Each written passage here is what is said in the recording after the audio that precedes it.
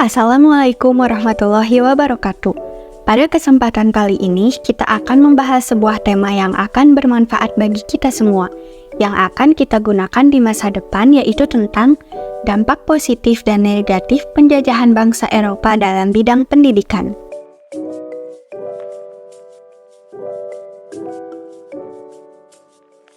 Kenapa sih bangsa Eropa menjajah Indonesia? Yaitu karena 1. Jatuhnya Konstantinopel, 2. Rempah-rempah, 3. Revolusi industri, 4. Perkembangan ilmu pengetahuan dan teknologi, 5. 3G, Gold, Ghostplay, dan Glory. Berikut adalah rumusan masalah. Yang pertama, bagaimana dampak positif dari penjajahan bangsa Eropa di bidang pendidikan? Kedua, bagaimana dampak negatif dari penjajahan bangsa Eropa di bidang pendidikan? Lalu, apakah ada dampak positif dari penjajahan bangsa Eropa di bidang pendidikan? Tentu saja ada. 1. Bangsa dan masyarakat Indonesia menjadi tahu akan perkembangan yang berlangsung di dunia luar. Dampak penjajahan bangsa Eropa membawa kabar baik bagi bangsa dan masyarakat Indonesia, yaitu menjadi memiliki potensi yang luas akan perkembangan yang berlangsung di dunia. 2. Munculnya golongan-golongan terdidik atau terpelajar Indonesia. Golongan terpelajar adalah pemuda-pemuda Indonesia yang terdidik dan mendapatkan pendidikan di sekolah formal. Salah satu faktor munculnya golongan terpelajar pada awal abad ke-20 adalah kebijakan politik etis yang mengimplementasikan sistem pendidikan kolonial Belanda di Indonesia. Dari situlah pemuda-pemuda Indonesia mendapat kesempatan untuk mengenyam pendidikan formal hingga tingkat tinggi. Golongan terpelajar biasanya sangat dihormati di masyarakat, karena dari segi pengetahuan mereka lebih kaya dari masyarakat Indonesia pada umumnya.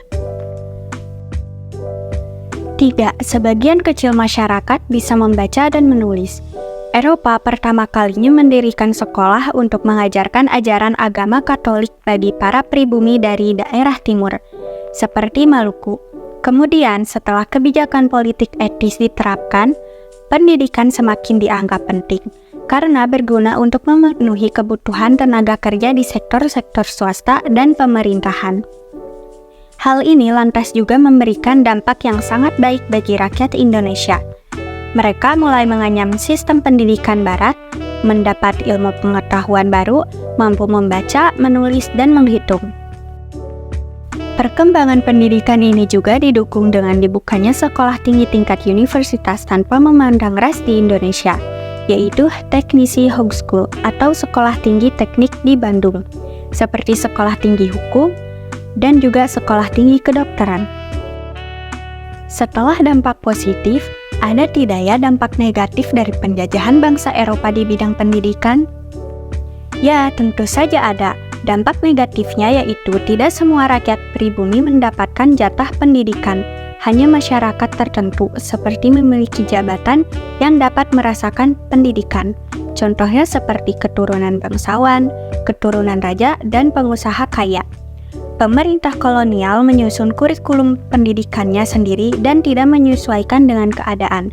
Salah satu mata pelajaran yang diutamakan adalah bahasa Belanda, dengan tujuan dan kepentingan untuk menghasilkan pengawal pemerintah yang terampil, terdiri serta upah murah. Bagaimana penjajah Eropa mempengaruhi kurikulum dan pengetahuan lokal di bidang pendidikan? Penjajah Eropa mempengaruhi kurikulum dan pengetahuan lokal dengan memaksakan kurikulum kolonial, merusak pengetahuan lokal, mendominasi bahasa asing, menekankan nilai Eropa, dan mengendalikan isi pembelajaran. Dampaknya adalah penurunan pemahaman budaya lokal, penekanan nilai Eropa, dan pengabaian pengetahuan lokal yang berharga. Bagaimana tanggapan dan analisa kelompokmu terhadap dampak penjajahan bangsa Eropa di bidang pendidikan? Menurut kelompok kami, penjajahan Eropa di bidang pendidikan memiliki dampak positif dan negatif.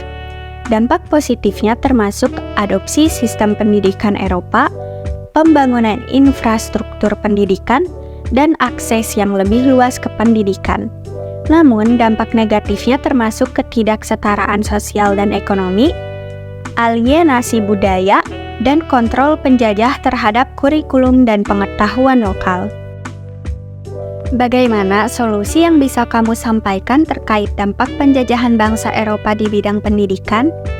Solusi untuk mengatasi dampak negatif penjajahan di bidang pendidikan meliputi pemulihan budaya lokal, kurikulum inklusif, pelatihan guru yang holistik, partisipasi masyarakat, dan investasi dalam pendidikan. Bagaimana kesimpulan kelompokmu terhadap dampak penjajahan bangsa Eropa di bidang pendidikan? Jadi dapat disimpulkan bahwa dampak penjajahan Eropa di bidang pendidikan memiliki sisi positif dan negatif. Solusi untuk mengatasi dampak negatifnya termasuk pemulihan budaya lokal, kurikulum inklusif, pelatihan guru yang holistik, partisipasi masyarakat, dan investasi dalam pendidikan. Jika salah satu bentuk dari dampak penjajahan bangsa Eropa di bidang pendidikan bersifat negatif dan masih ada hingga saat ini, apa yang akan kalian lakukan sebagai pelajar? Sebagai pelajar, kita dapat melakukan beberapa hal untuk mengatasi dampak negatif penjajahan Eropa di bidang pendidikan. Pertama, pendidikan mandiri. Pelajari lebih lanjut tentang penjajahan Eropa dan dampaknya terhadap pendidikan melalui membaca dan riset mandiri. Kedua, mencari sumber alternatif. Temukan sumber pengetahuan alternatif yang mencakup perspektif yang beragam dan inklusif. 3. Diskusi dan debat. Aktiflah dalam diskusi di kelas atau di luar kelas untuk memperluas wawasan dan mendengarkan sudut pandang yang berbeda.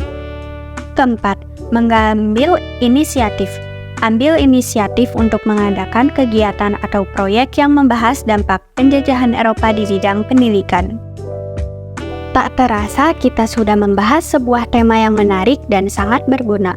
Semoga kita dapat mengimplementasikan apa yang kita pelajari terhadap kehidupan kita semua. Sekian dari kami, mohon maaf bila ada salah kata. Wassalamualaikum warahmatullahi wabarakatuh.